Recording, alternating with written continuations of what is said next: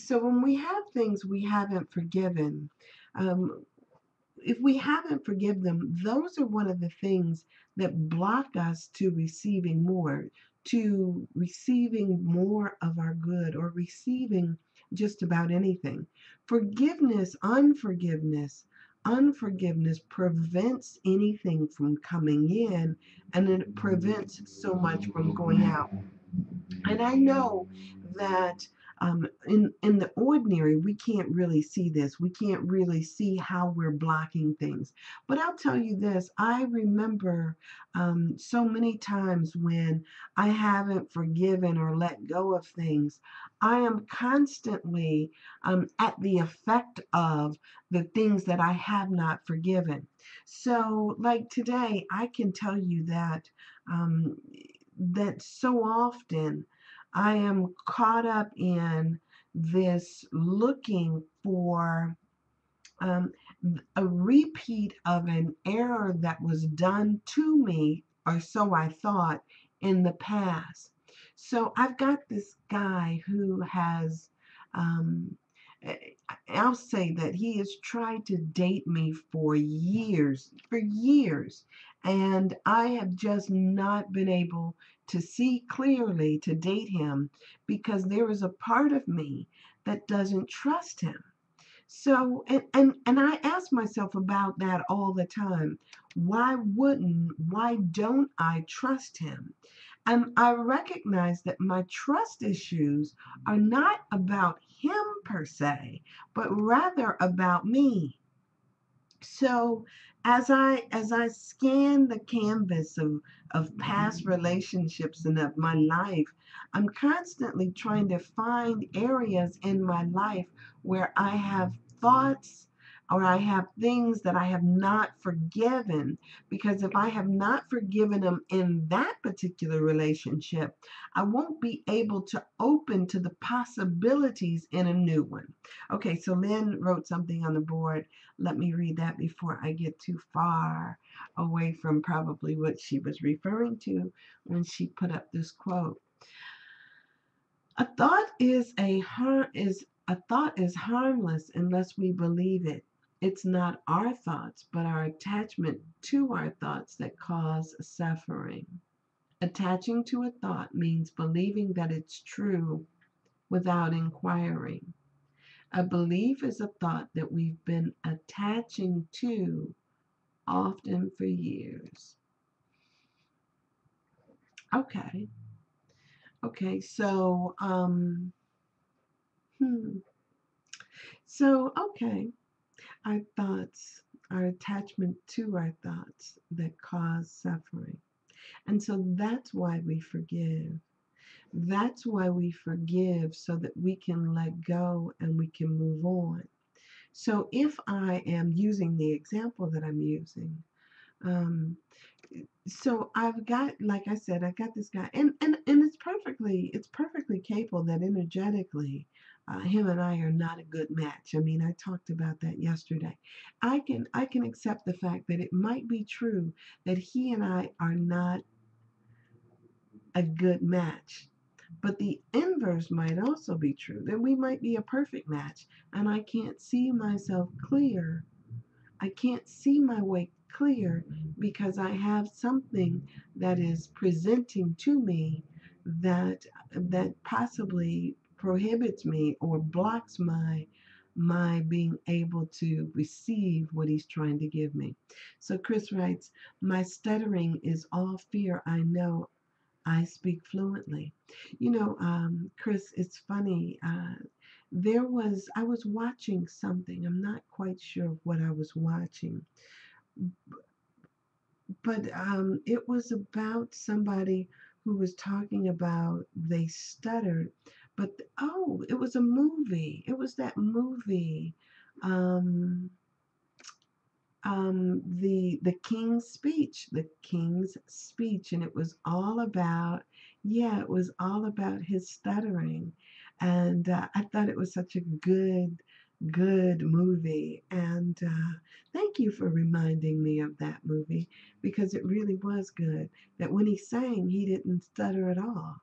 and so it's, yeah, it does come out of a place of fear. And if we get to a happy place, then that you did everything except the marbles. Okay.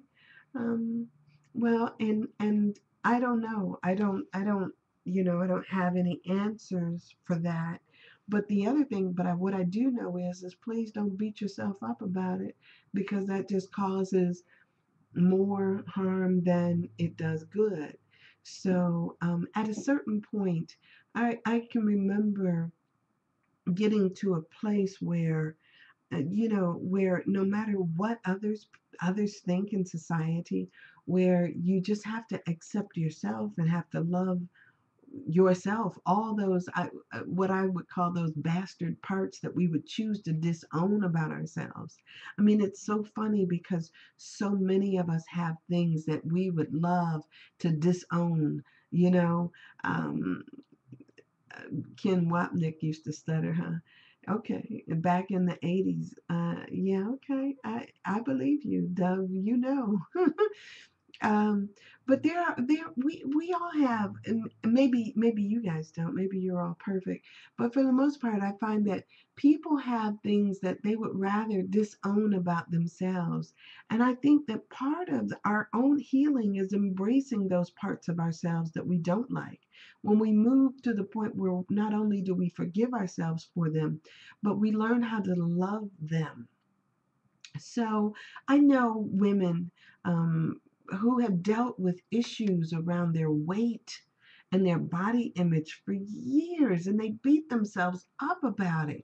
And they go on all these crash diets and they do all these things, trying to make peace with the parts of themselves that they just cannot accept.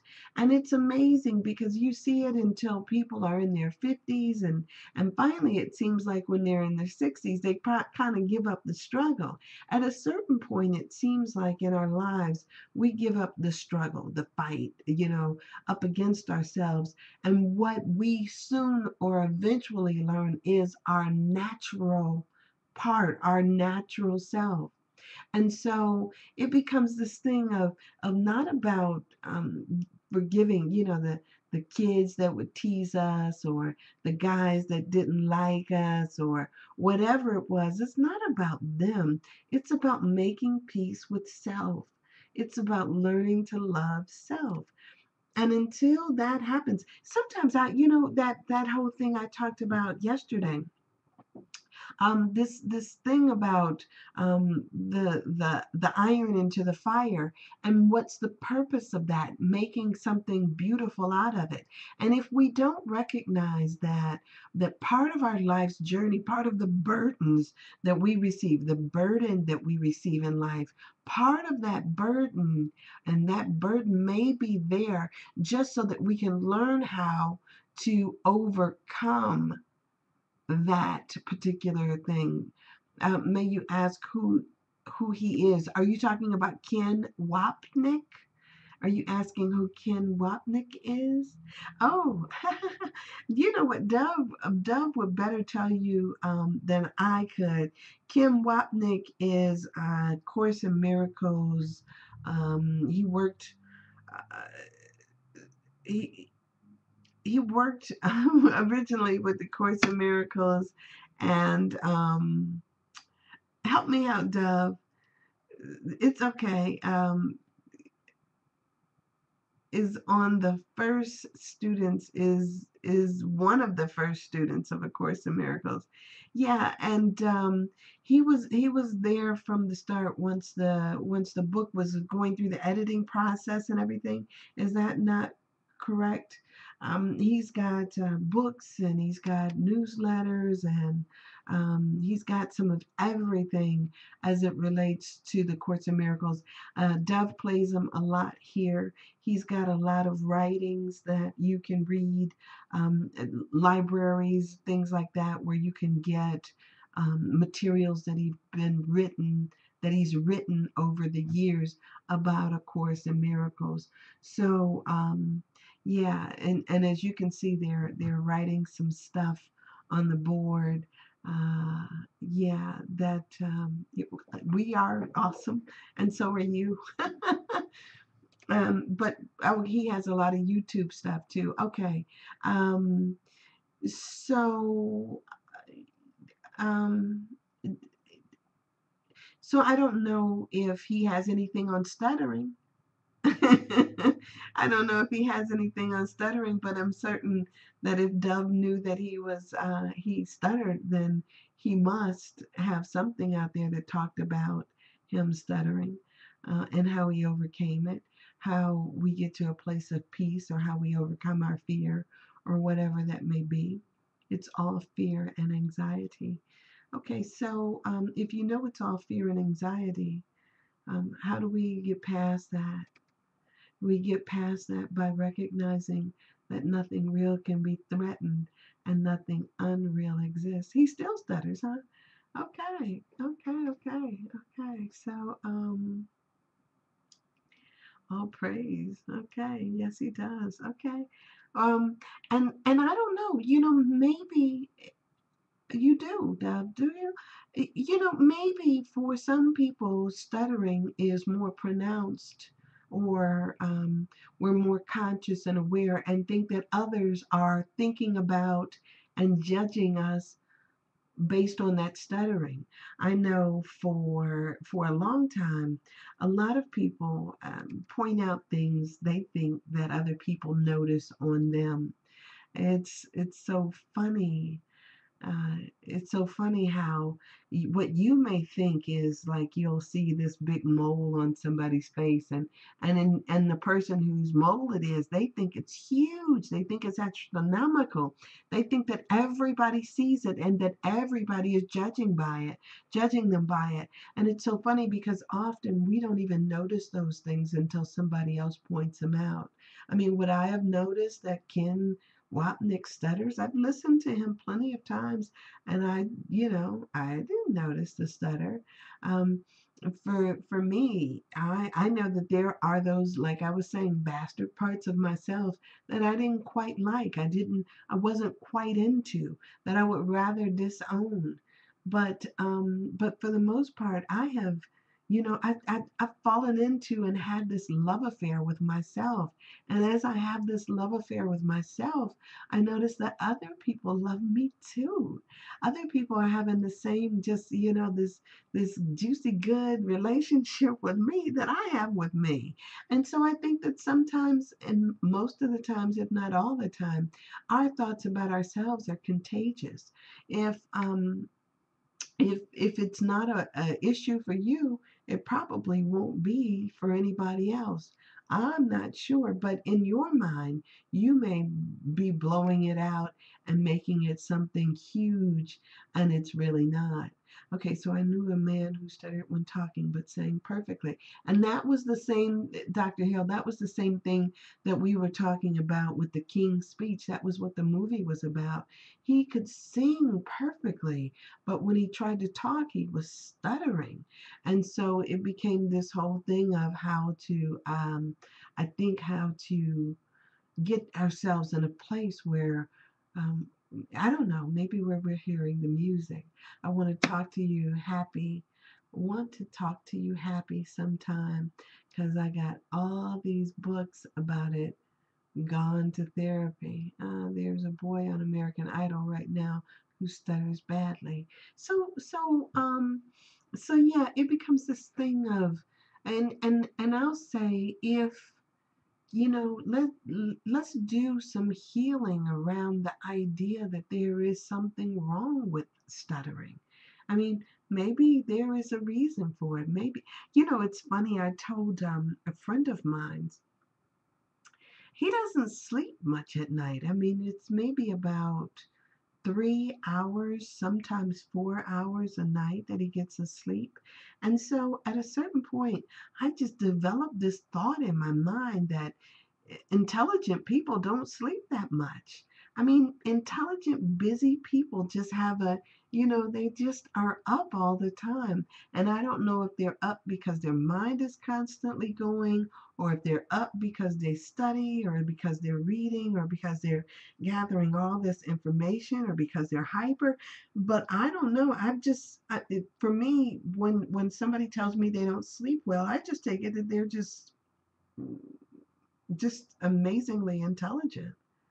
So, redefine. We can redefine how we see things. Remember, in the course, it says, oh, when you're, I can read in my living room by myself out loud, and I'm fluent. Yeah, yeah. So Chris, it's yeah, I just think that it's all in our thoughts and in our thinking. And if you can change your mind and redefine it. Remember, the course says that an untrained mind can accomplish nothing. If your mind keeps floating towards fear and anxiety, it's those thoughts. I mean, it's those thoughts that are controlling you. And so in order to not do that, then how do we redefine that? How do we look at it in a different way so that it's not there anymore? Anxiety of a phone, or out that door, try to get rid of any attack thoughts. Day three, laugh out loud. They are boomerangs to get you. If you have a lot on your mind, burdens, then you need to rest my weary mind. My burden is light. Yeah. I mean, it's amazing. I think I'm reading, if you're listening on the radio, I am reading off of the board, because we're having a discussion around Chris and his thoughts about stuttering. Um, and so have you, Chris, tried that, the getting hypnotized as well? I know that for some people, they have gone through getting the hypnosis done, and saying that you are no longer afraid, you are powerful beyond your wildest imaginations, that the world is just out here waiting to hear what you have to say. Whatever it is, I don't know, if you need something that is more powerful than knowing that you rest in God. If you're looking for something that is more powerful than the truth that you are safe, eternally safe.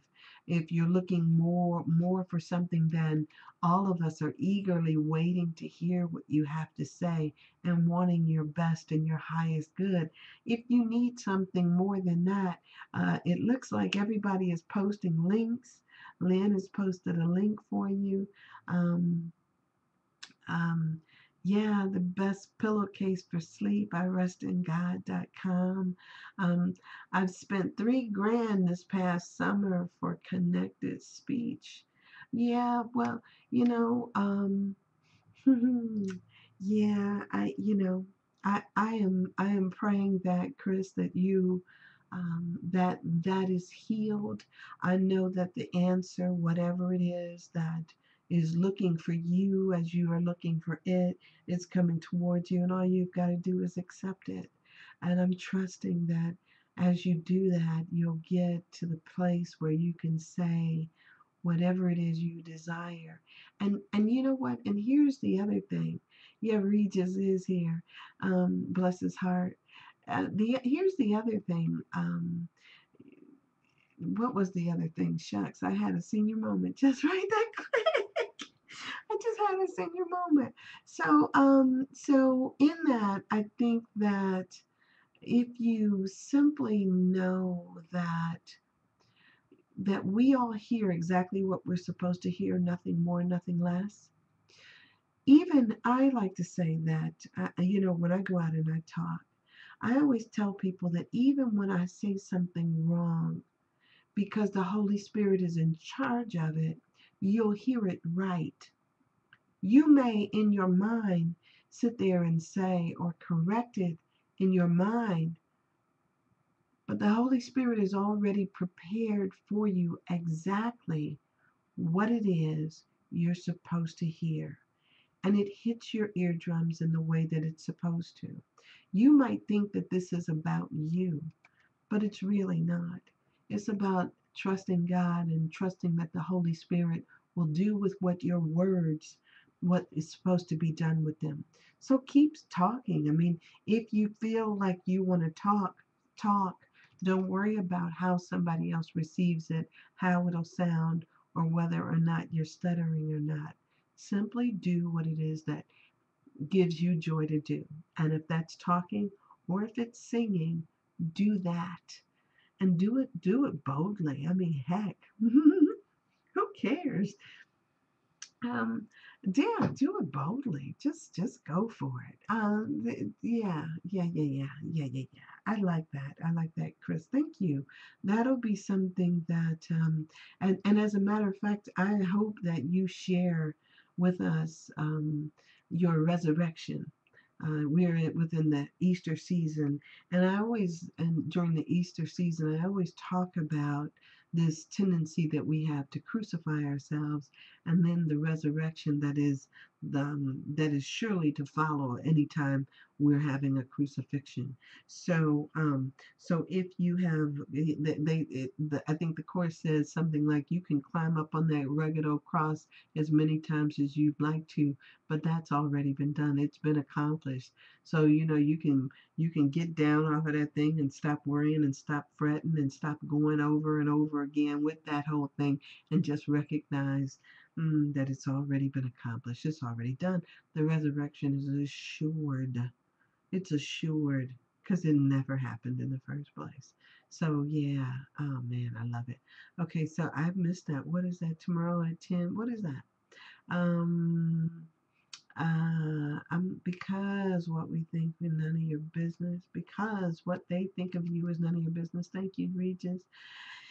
Yes, even the ones who think you have hurt them. Tomorrow at 10 PST, I'm coming on air here. Laugh out loud. Are you really 10 o'clock? And what is that? Pacific Standard Time? That means 10 o'clock. That 10 o'clock. That means 1 o'clock at my time? Is that? Tell me, what does that mean? 10 o'clock. What does that mean? Come on, tell me, somebody. Okay, does it mean 1 p.m. my time? Okay. I was about to say 1 a.m. I'll be asleep, bud.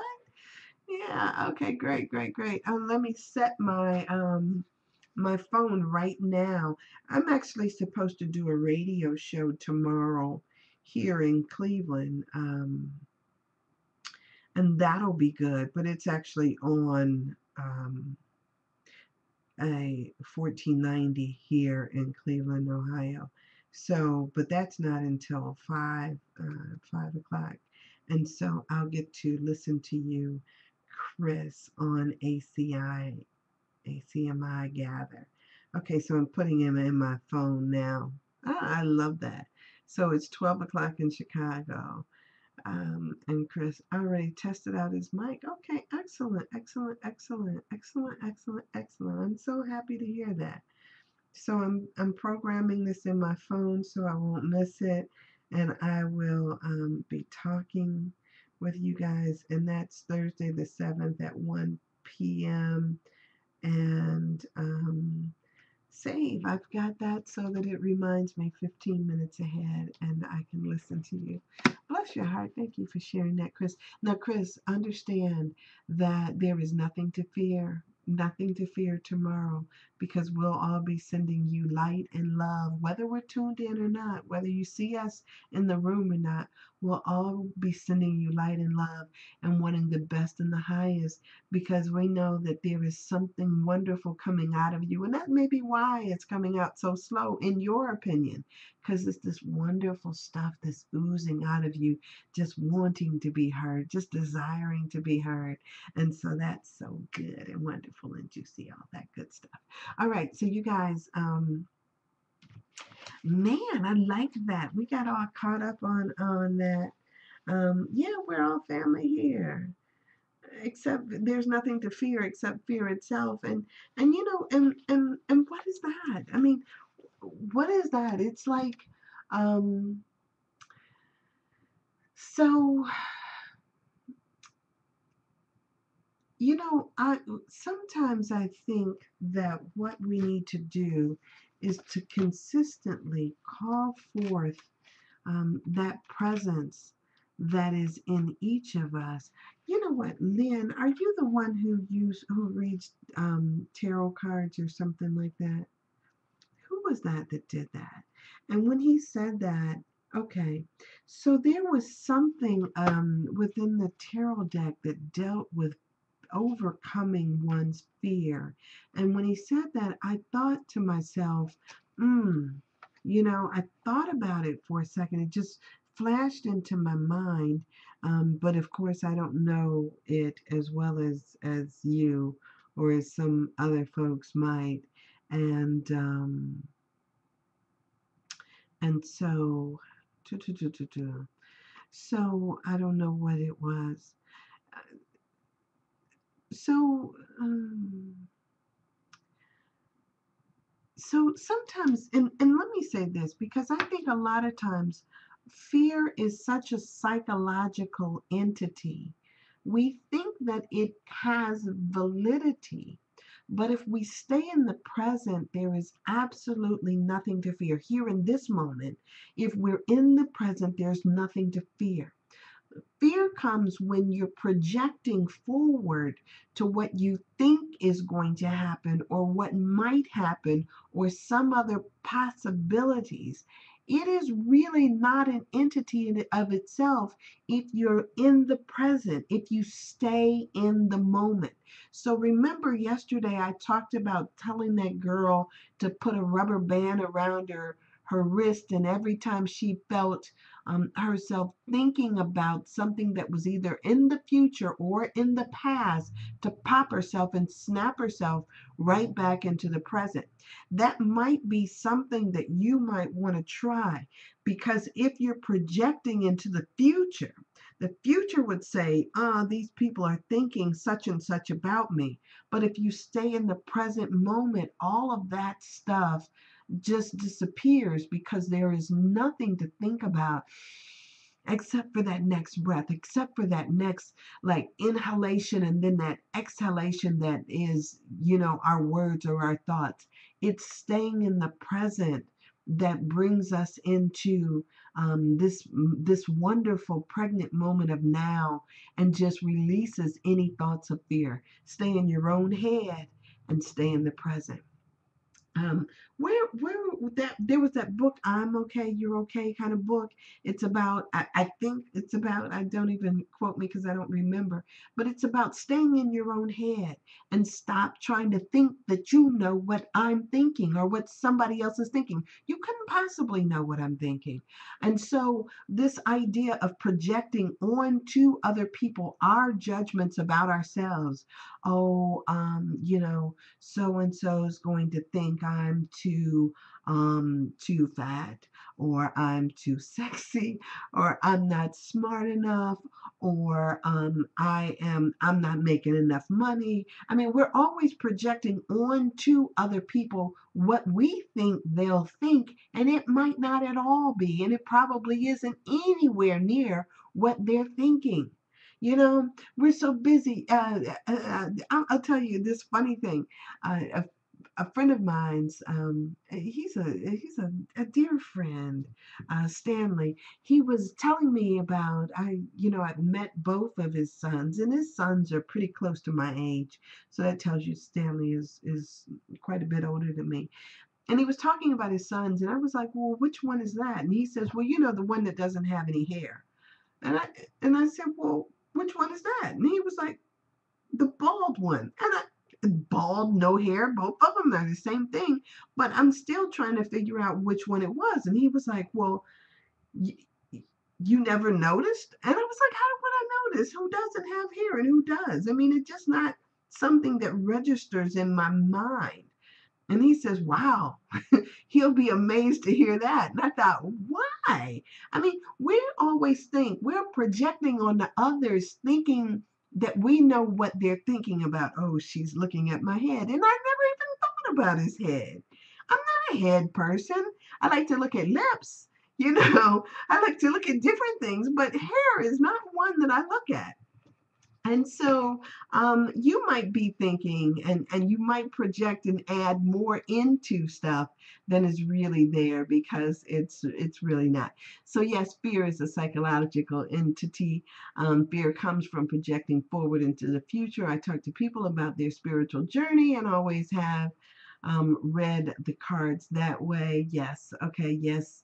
Time is the greatest blockage of remembering oneness with all, remembering oneness with all, analyzing. I like the way you wrote that, Dove. Anal- analyzing the motives of others is hazardous to you. That's from the text. What you think of me is none of my business. That was the book. Yes, yes, yes. Like some of the Pharisees who did not notice they didn't wash their hands before the meal. Yeah. It's so funny as I'm thinking about that. So many things popped into my head. What you think about me is none of my business. And yeah, it's funny. I was talking to Ego Sees Errors. I was talking to a doctor the other day, and I don't know if you guys know this. I'm in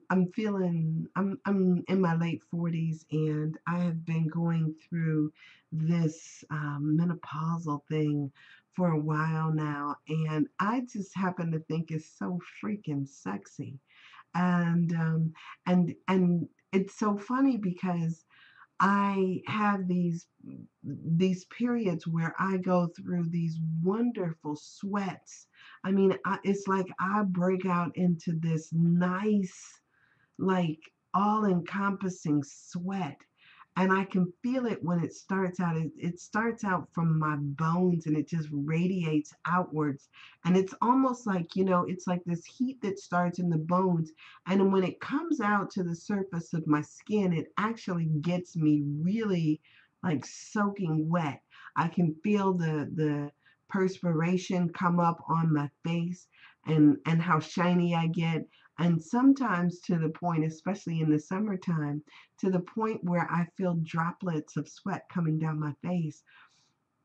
And it's so funny because other people seem to get embarrassed by it.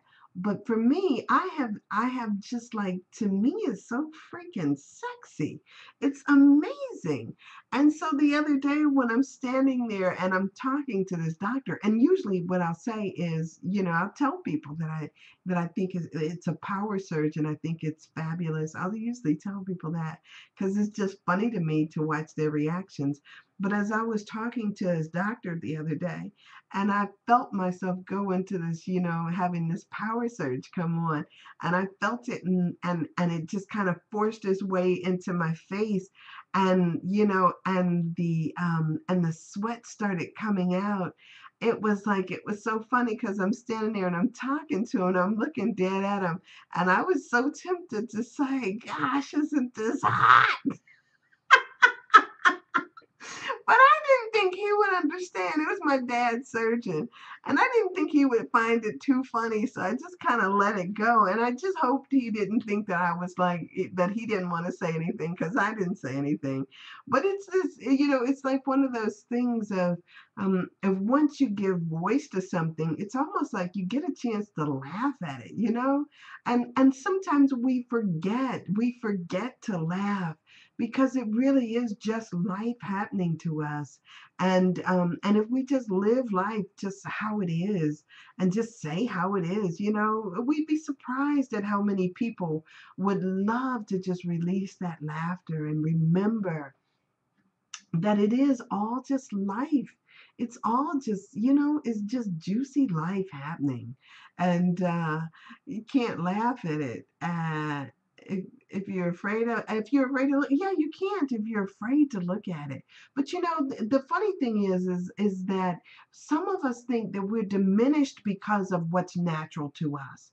And then some of us know that we're enhanced by it.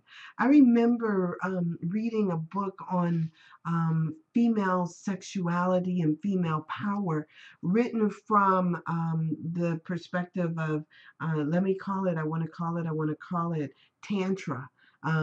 Yeah, from the perspective of Tantra and talking about this energy that all of us women come into this world with, not only the eggs and our ovulation and our sexuality and the moments where yes, tantric, um, yeah, where we're more powerful and everything. And I think through embracing, truly embracing those things, I learned to just kind of like think, oh my gosh, this is not something that I need to hide, but something that I need to celebrate, something that I truly need to embrace. And whenever you have parts of yourself, those bastard parts that you would rather disown, I mean, start to think and redefine in your mind for yourself how you can possibly see them different. An untrained mind can accomplish nothing. If you recognize that you can train your mind to think a particular way, if you recognize that by and large most of us have gone through the life just at the effect of our thinking rather than at the cause of our thinking. If you realize that you have the ability to change your thoughts, then get out there and be more powerful about the way you think and the way you present yourself. And in doing that, it's almost as if, yeah, you lift yourself up, you lift up that vibration of whatever it is you're doing. So don't hide your light up under a bushel, but let it shine. So yeah, just like my face shines from time to time, let it shine, let it shine. I mean, it's just so good when you recognize that there is, this power that we can use for our own highest good. And that is a beautiful thing. That's really a beautiful, wonderful thing. So um so yeah so it becomes this thing of us learning how to control those ideas of fear and anxiety, and to recognize that when it is that we could be creating the fear for ourselves based on stuff that we've grown through or we should have grown through in the past. And so now they're coming back up for us to see if we really got it, if we learned what it was we were supposed to learn, and that we can move on. All of these things, no matter what it is, are there for us to challenge us to get a different perspective, to grow higher and all that stuff. So, oh wow, I put on these glasses like I was about to read something, and these things are filthy. Um, so yeah, I mean, all of this is about our highest growth and our highest good. And so as you ask yourself, what is it? What will it take? Then, yeah, you can figure out what it will take. To love your way through it. So remember at the beginning of this particular show, or this particular hour, whatever it is, um, I was talking about that that I picked up a book on my way in here, and I was thinking that I was going to open this book up and talk to you out of this book because I hadn't picked it up in a long time. Um, And so, as I'm like trying to flip through something here, because I know I'm running short on time, I'm trying to flip through and find something that I can share with you out of this book. It's funny, when I got this book, don't ask me how I found it or where I found it, because I really don't know. The name of the book is called A Conscious Life, and it's Cultivating Seven Qualities of Authentic Adulthood.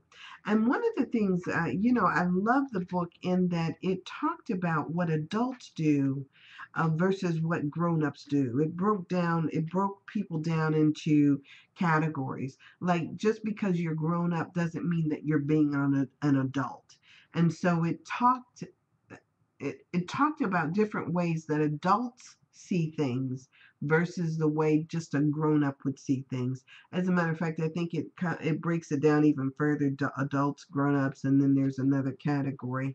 But it challenges. It was one of those things that kind of challenged me to kind of stand up to get a different impression um, about myself. It kind of put me in the mind of it's a psychology book, or I'm sorry, not a psychology book. It's a book on self-esteem, and it was written by a guy who was one of the authorities on self-esteem, and I don't even the six pillars of self-esteem, and I read that some time ago, and this book kind of put me in the mind of that. Um, so let me see if I can find something in here that I can read to you just because I picked it up. Um, okay, so I'll read this. I'll just open it up and read something. Shucks, just because I have it here. It says you've probably come across people or organizations that give you a taste of the good while promising to get rid of the bad if you only follow their rules. Ideal behavior supposedly will be rewarded. Ideal behavior supposedly will be rewarded by the ideal. How deeply we believe the good is in the possession of others rather than residing quality in everyone, including ourselves. It determines our ability to maintain our integrity in the face of such promises. Ooh, yeah, isn't that interesting? How we're always projecting outward, thinking that everybody else does it right and that we don't quite do it so right. And so we're busy projecting.